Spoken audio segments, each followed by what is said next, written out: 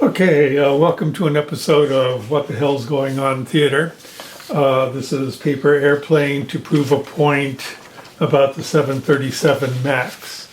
So using a grossly oversimple model of aerodynamics, I'm going to make some paper planes to again illustrate a point about the airworthiness or not of modern aircraft with a course, a pointed take on the Boeing 737 MAX.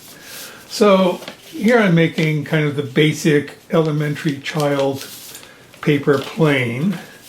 By the way, when doing this, you always rip at the tail section and actually produce a stabilizing tail.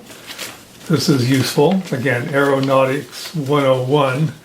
Aeronautic engineers are probably going crazy right now. So again, kind of a basic model. It's got a very large, call it a flight surface, and relative symmetry. And if I can get the tail to work a little better, which is a little bendy action. And again, symmetry is helpful. So we've got a bit of symmetry here, more or less. The other thing, and this is again getting back to aerodynamics, there are two things that you want to have in any kind of craft, aircraft that is, of an airplane variety, winged craft. And that is, you want trim, which means you want it to have a relatively stable flight, and you also want it to have lift. Now the lift, of course, here is provided by these wings, this fairly large flight area. So the other thing that you need to do in order to maintain trim, because the tendency is for the plane, this airplane, to go up like this, because it's a simple matter of where the balance is. You need to shift balance forward because the force, is going to help maintain trim along the flight area. So what I've done is I've added a little weight here, which we can use as an analogy to the proper balancing of a craft. Okay, so I'm going to take this and let's go ahead and see how it works. I'm going to move forward and we're going to launch this sucker. Okay, here we go. Okay, I think that shows some decent flight characteristics. It went straight. That's what we're looking for. There was a downward trajectory because this is rather heavily weighted. Ooh, that's really good. Flew right by you and makes the point. Okay, so the fact is that, of course, modern jet aircraft are outfitted with a slightly different kind of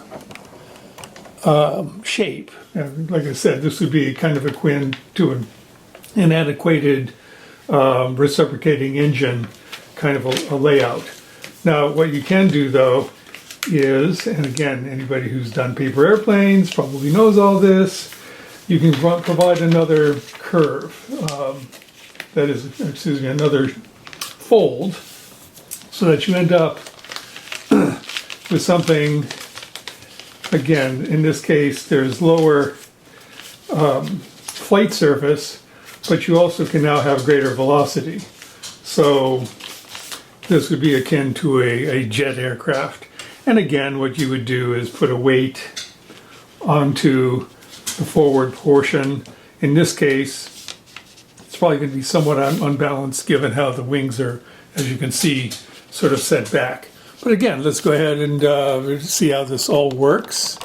Again, very crude, but okay. So there, you saw they really dived down. And herein lies the problem with the 737 MAX. So if you watch, yeah, it just noses down like nobody's business.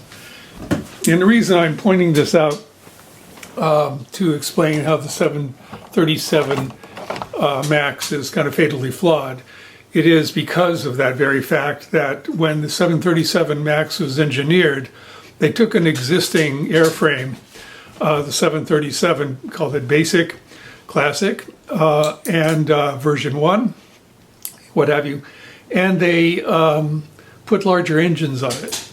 Now these engines, these larger, heavier engines, threw the weight off, again, towards the forward portion of the plane, which would naturally cause it to nose downward. And to compensate for that, of course, they put in software. It's a fly-by-wire plane. It doesn't naturally glide, as you saw with our first example.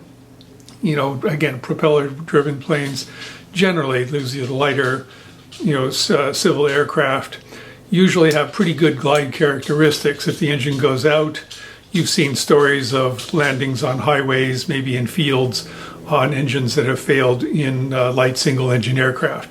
It's because they have a good glide coefficient. 737 doesn't have that. It will naturally nose down. It doesn't fly naturally. So you're completely dependent upon the flight software in order to fly the darn thing. I don't believe that Sully could have flown a 737 MAX into the Hudson River with the same results we got in his famous Miracle on the Hudson landing. If you lose power in a 737 MAX, you've got a big, big problem. It will nose down. They overcompensated in their software. Part of it had to do with the airspeed indicators that were faulty or could be faulty, and would give a wrong reading to the processors, the flight processors in the software, which caused the two disasters that we know of involving that particular airplane. In my view, I don't think that problem can be solved for the fundamental reasons that I've just laid out. Those engines are simply too heavy. I would never trust a 737 MAX. I don't believe I'll be flying one. And this is from one who's been flying for about 45 years. My father was an aircraft mechanic with Delta Airlines, among other places. And so I know just enough about this to make me very leery about the 737 MAX. I don't know if that really helped. Let's hope it meant something. Hope it has an impact, so to speak. Thanks for tuning in and listening. And again, I know the aerospace engineers out there are going to tear their hairs out because this is a grossly oversimple example, but one that in the case of the 737 MAX is very, very apt. Thanks again.